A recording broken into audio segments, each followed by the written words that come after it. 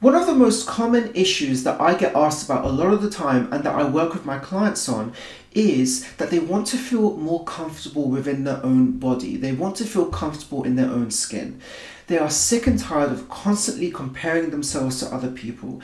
And is this you? Do you always compare yourself to other people? Or do you feel inadequate when you're around certain people? Do you feel you just don't measure up? Other people are more successful than you, they're more accomplished, they get more attention, whatever it might be. Do you find yourself always comparing your own worth to others? Well, in this video, I want to share with you some scenarios where this might happen, and more importantly, what you can do about it so you no longer have to compare yourself in order to feel better.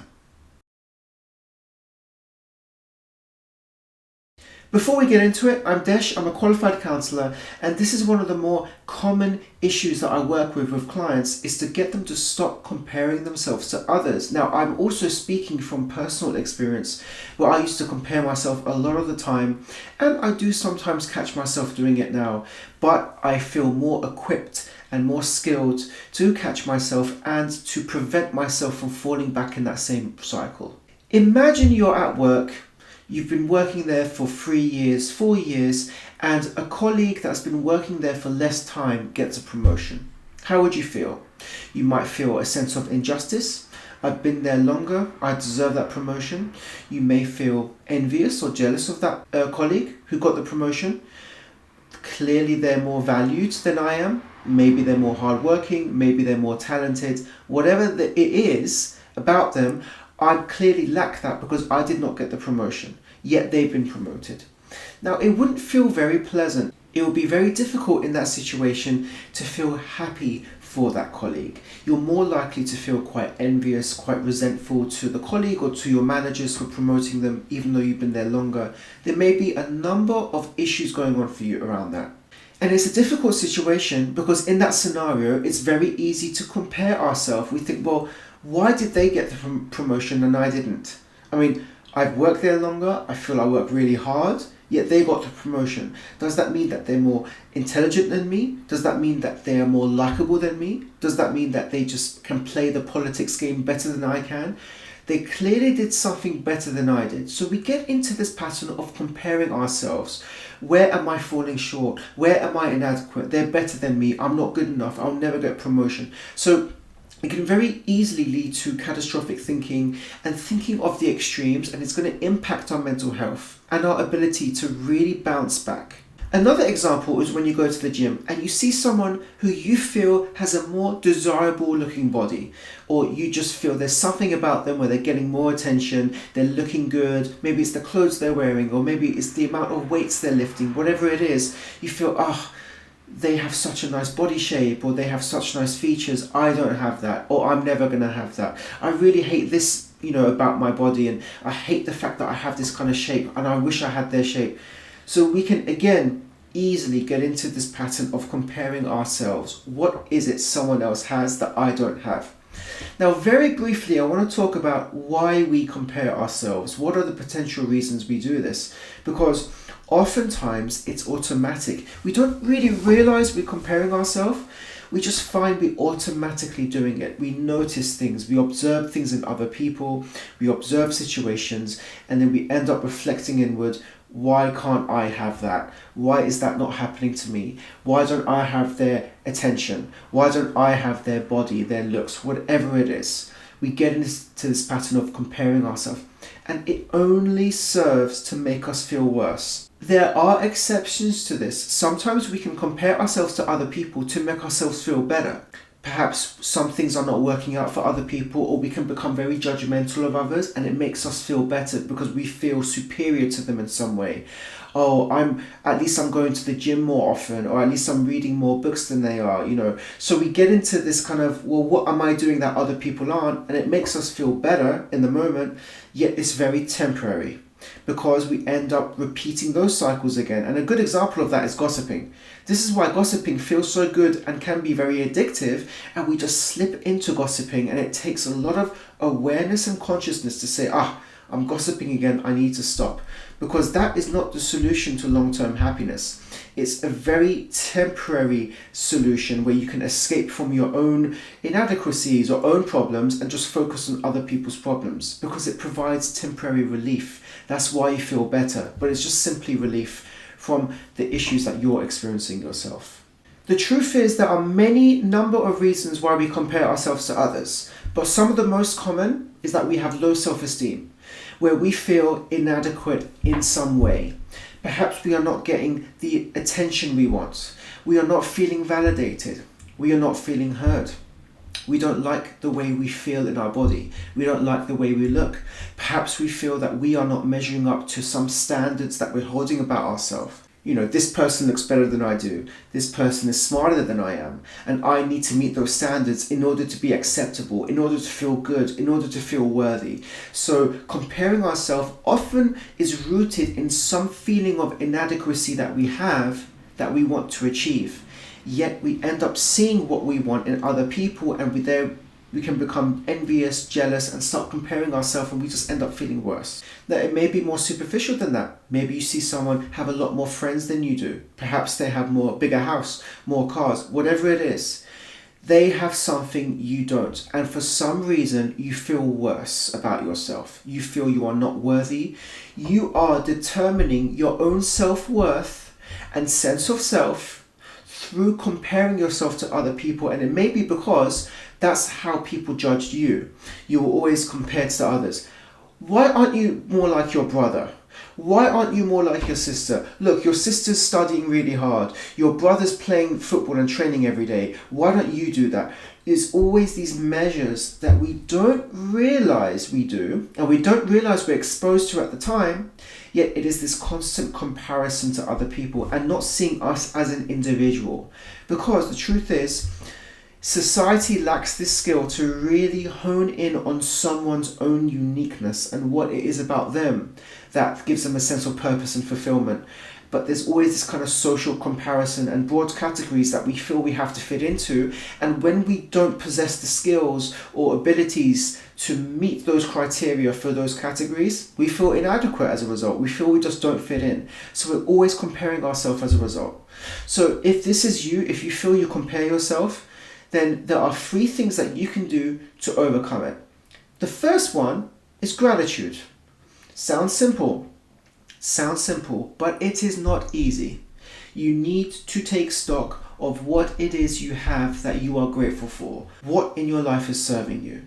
This exercise allows you to focus internally on your life.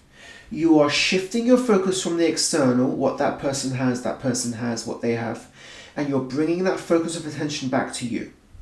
It's not about what they have. It's not about what they don't have.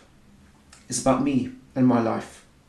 It is separate from others. It's separate from society. It's separate from these kind of social norms and standards that we try to compare ourselves to. What am I grateful for? My health, my family, my friends, my job, my ability to walk, use my limbs, whatever it is. What are you grateful for? This is a very grounding exercise that's going to allow you to focus inward. You will feel good as a result of it, because it's going to serve as a powerful reminder of what it is you do have, and can serve as a gateway into what you are capable of, what skills you possess, what skills you would like to learn, what things you would like to do. So gratitude is a very powerful tool. Number 2, create a mental health bubble. Now, what do I mean by that? I mean that you need to understand what triggers me. So what is it in my environment, whether it's people, things, place, whatever it is, what is it that sets me off, that gets me to compare myself, that gets me to feel inadequate, that makes me feel low about myself, that triggers this sense of inadequacy? What is it? So you need to identify what those triggers are. And then you can move into forming your bubble, which is only inviting things in your life that will not trigger those feelings of inadequacy. This is easier said than done. There are going to be some things that you cannot avoid. There are going to be some triggers you cannot avoid. Perhaps, you feel triggered by your family, your parents, but you can't avoid seeing them. You have to see them. So I'm talking about crafting a life where you can controllably remove and omit things from your bubble, and only have things in your bubble in your bubble, in your space, that serve you, make you feel good, remind yourself of how good you are, how good you feel.